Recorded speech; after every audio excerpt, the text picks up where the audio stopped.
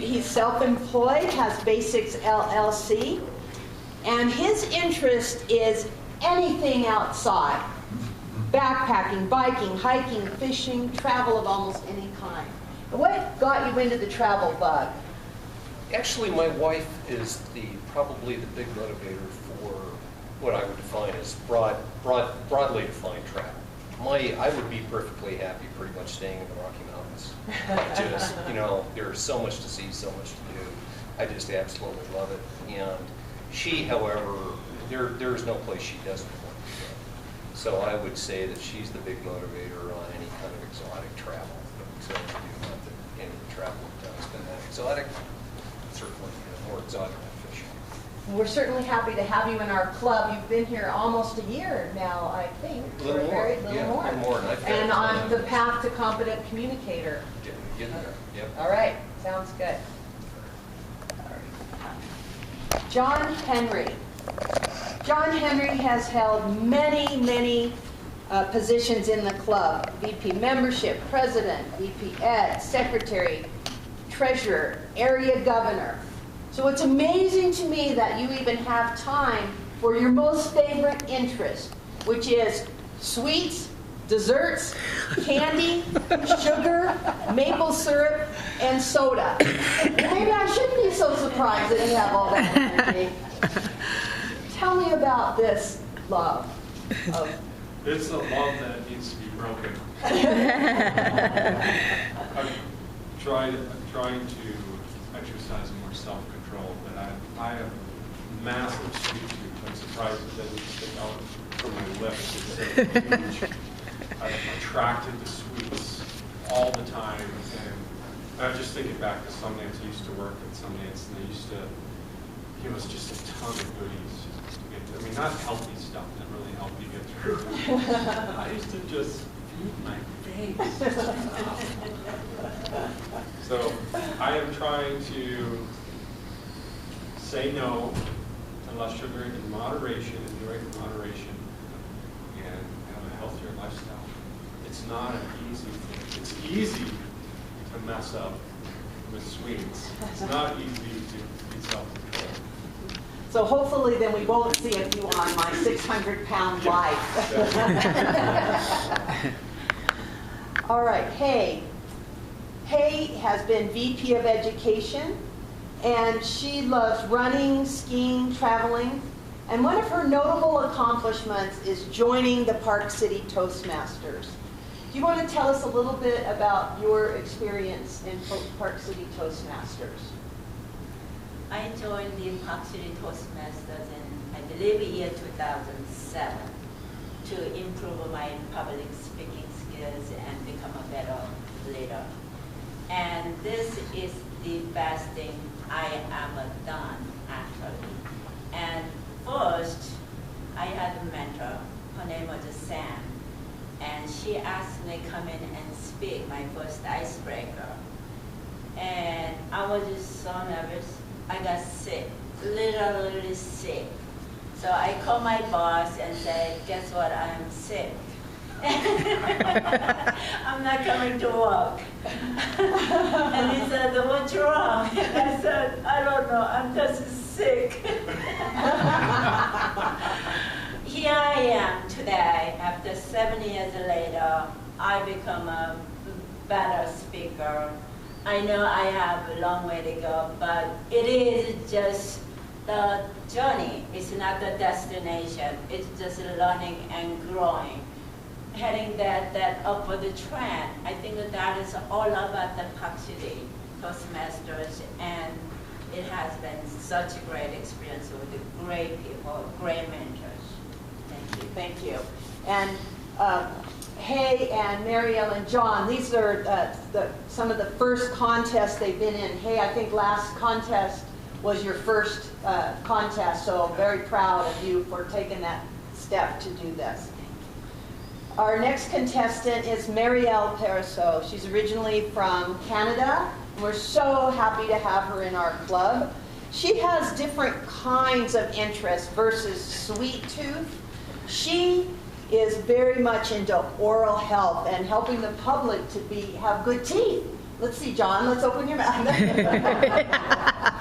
She also is very interested in social innovations and change. Her notable accomplishment is drilling decay out of people's teeth for over 40 years. I hate to say. But what I would like to know is a little bit more about your idea of social innovation and change. I see the world in many aspects, in many areas, as being stuck in old systems, in old ways of being, in ruling top-down. And in the 21st century, we are facing problems of such complexity that trying to address these problems with the old ways is only bound to failure. There are a lot of social innovations to evoke a desire to change in people out there, and I've been studying that for about 6 years now.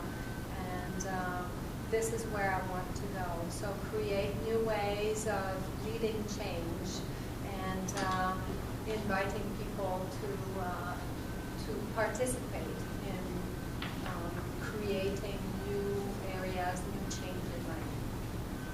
Great, awesome, awesome. I also would like to add the remaining contestants, hey, told why she joined Toastmasters and what it's done for her. John, I'd like you to address that also, your motivation for getting to Toastmasters and your experience. Absolutely. Most of my workday is email, faxes, writing, some phone calls, and I've been doing this now for 17 years, and I really got out of the habit of speaking in public, and I used to, have group meetings and whatnot, and all of a sudden it occurred to me, gee, I am really rusty with this, and this has a bunch of benefits, both professionally as well as personally, and it's just a terrific place to learn and practice. Right. And John, I would like to hear your motivation as one of the founders, or the founder of the Park City Toastmasters Club. My motivation is, I had one of those friends that can talk you into just about anything. And I was new to Park City, I was looking to get involved with the community and meet people. And my friend didn't even know anything about Toastmasters. But he says, why don't you start a Toastmasters Club? Okay. That sounds like a great idea. I had no idea what it was, and what a serendipitous moment, to come across something so meaningful that wasn't just about becoming a better speaker or a leader, but it was about meeting people and getting into the community in a far deeper way than I ever thought.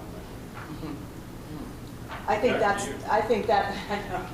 that's the most interesting thing about Park City Toastmasters is the motivation that gets you in. And actually, Dave and I were doing with the Utah Storytelling Guild, trying to have a chapter up here.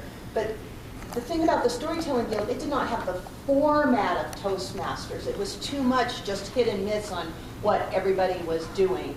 And so and then Dave broke his back on our honeymoon, and we couldn't do that anymore. We had to just, fall away from that. And it wasn't until 10 years later or something, in 2010, that I went to a joint storytelling guild, and then we swapped with the Toastmasters. And just one meeting with Toastmasters, I was like, yeah, I want those ribbons, and I love the impromptu speaking. Okay, Marielle, I just would like to also ask you your motivation and your insights into the Toastmaster Club. Well, my motivation was to become a better public speaker. And I found out so much more about public speaking. I found out about leadership, like Toastmasters has been amazing. For me, it's one thing to have great ideas, especially when it comes to social innovation and change that we desperately need in this world.